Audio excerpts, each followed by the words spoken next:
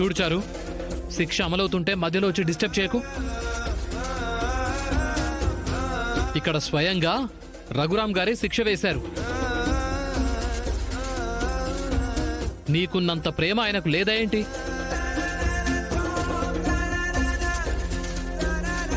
ఏది రైటే ఏది రాంగో వాళ్ళకి తెలీదా? మీరు మొదలెట్టండి.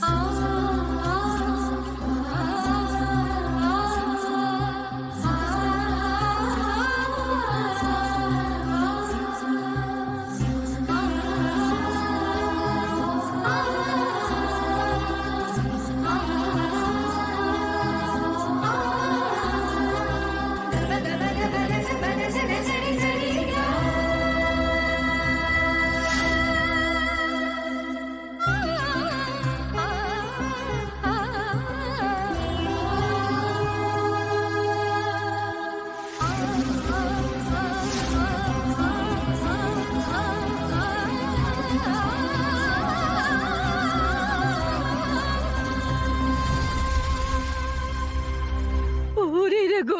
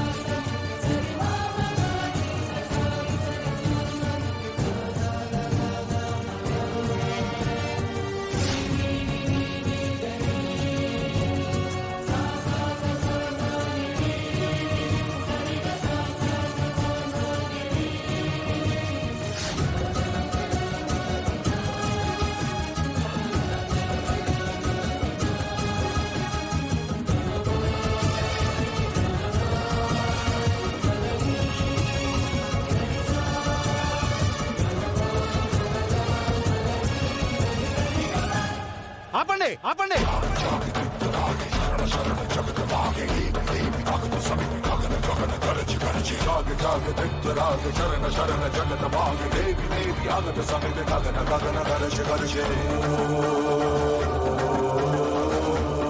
ఎందుకు ఆపాలి?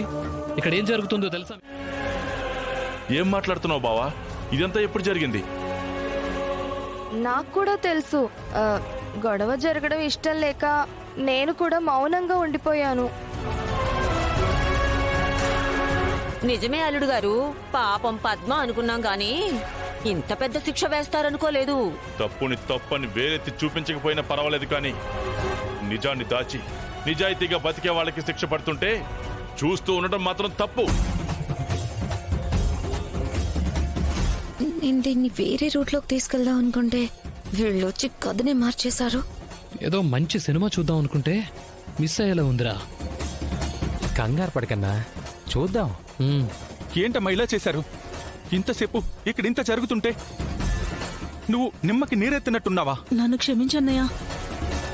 నిజం బయటపడితే నన్ను తిడతారేమోనని ధైర్యం చేయలేకపోయాను.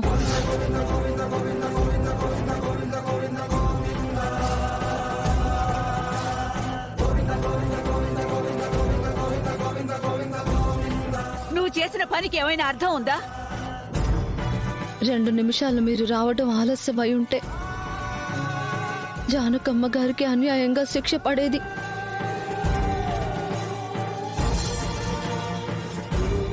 జానకమ్మ గారు వెళ్ళండి. ఆగండి ఆగండి ఆగండి.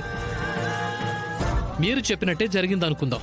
అంటే మిమ్మల్ని కాపాడడానికి గుళ్ళో నగలు దొంగతనం చేసి డబ్బులు వాళ్ళకిచ్చిందా? ఇది పాయింటే కదా, అడగండి. చెప్పు జానకమ్మ, ఆ డబ్బు కోసమే ఈ గుళ్ళో నగలు తీసావా? జానకి, ఏమండి, ఇప్పటికైనా జరిగిందేంటో చెప్పు. ఆ టైంలో నువ్వు గుడికెందుకెళ్ళావు? అక్కడ జరిగిందేంటి? ఎందుకు వెళ్ళారండి అక్కడికి? చెప్తాను.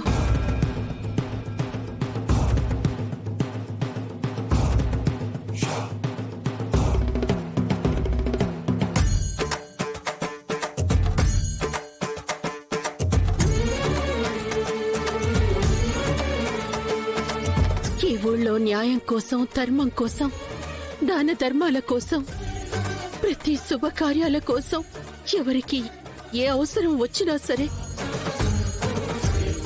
మన ఇంటికే వస్తారు. అలాంటిది ఈసారి పద్మ వల్ల జరిగిన తప్పుకి ఒకరి కాళ్ళు విరిగిపోతే ఊళ్ళో జనమంతా ప్రశ్నించటానికి మన ఇంటి మీదకొచ్చారు. ఇన్నాళ్ళు న్యాయం కోసం వేడుకునేవాళ్ళు ఈసారి అదే న్యాయం కోసం